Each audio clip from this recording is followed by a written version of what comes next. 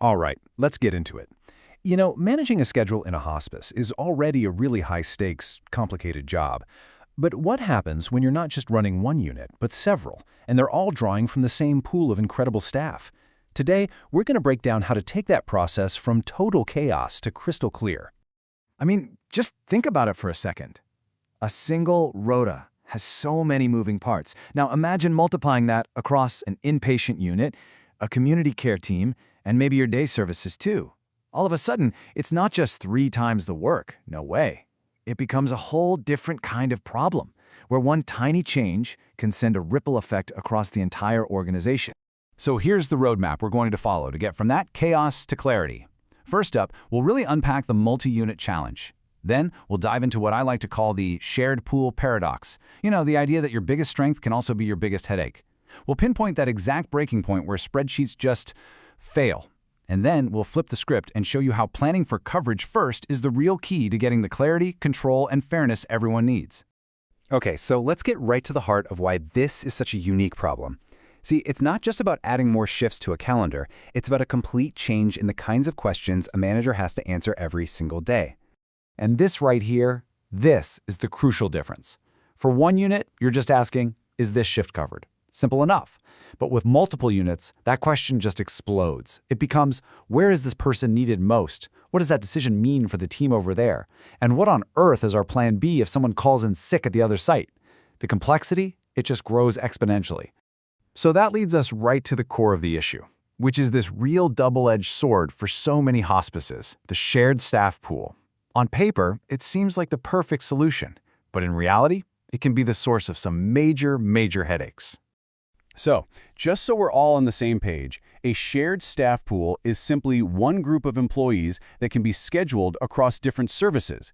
It's meant to be this really efficient way to respond to changing patient needs or cover absences without having every unit stuck in its own little silo. And you can really see the paradox laid out right here. On one side, you've got the huge benefit, flexibility, that amazing ability to move your skilled people where they're needed most. But then on the other side, there's the risk. Without total visibility into what's going on, that amazing flexibility gets bogged down by sheer confusion, and the whole system just gets thrown off balance. And that is so important. The concept itself, it's a great one. Operationally, it makes a ton of sense.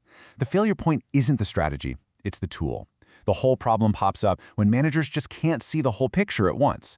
They can't easily see who's already assigned somewhere, who's actually free, and what each unit is still crying out for. So let's talk about the tool that almost always breaks under this kind of pressure, the good old spreadsheet. It's familiar, for sure, but it has a very clear breaking point when you're dealing with this level of complexity. You might spend hours, maybe even days, carefully building a rota that looks absolutely perfect on paper. Every shift is filled, every unit looks like it's covered, but that's really only the beginning of the story. Because the second someone asks for leave or calls in sick or needs to swap a shift, the whole thing can just crumble. It's managing those constant, unavoidable changes where a static spreadsheet completely falls down because one change over here has a huge knock-on effect everywhere else. And this is the mental juggling act that managers are forced to do. It's this frantic spiral of questions. Okay, which unit is short now?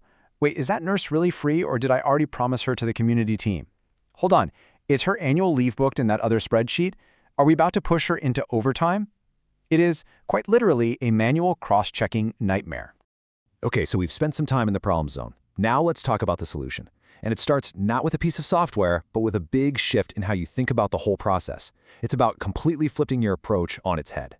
So, instead of starting with a list of staff names and trying to plug them into shifts, a much smarter way to do it is to start by defining the need.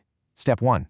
Figure out what safe, effective staffing actually looks like for each individual service. What are your minimums?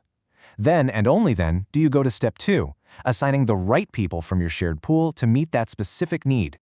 And the beauty of this approach is how protective it is. By defining what each unit needs right up front, you make sure that your core patient care priorities are met before you even start getting flexible with the shared pool. You're building your rota on a solid foundation of safety and proper coverage, not just guesswork. Now, this shift in thinking is powerful, for sure, but to really make it work, the how matters just as much as the what. You need a tool that's actually built for this approach. And that's where an integrated system can deliver the kind of clarity, control, and fairness that spreadsheets just can't touch. So let's look at what that actually gives you. An integrated view lets you plan that coverage by unit first, just like we talked about. It makes gaps and weak spots obvious right from the start, not at the last minute. You can use your shared pool with so much more control because you can actually see who is available. And maybe most importantly, everything, hours, leave, availability, is all connected in one place, finally ending that nightmare of juggling a dozen different files. And here's the bottom line. The goal isn't just about making the rota process faster or less painful, even though that's a fantastic side effect.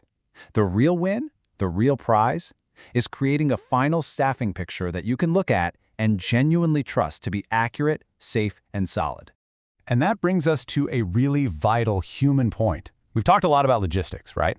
But a rota is about people. And a rota might look great on paper, it solves the coverage problem, but it could be quietly creating a huge fairness issue. If the same people are always being moved, or one team always has to be the flexible one, that's going to crush morale. It's a powerful reminder that just getting coverage is only half the battle.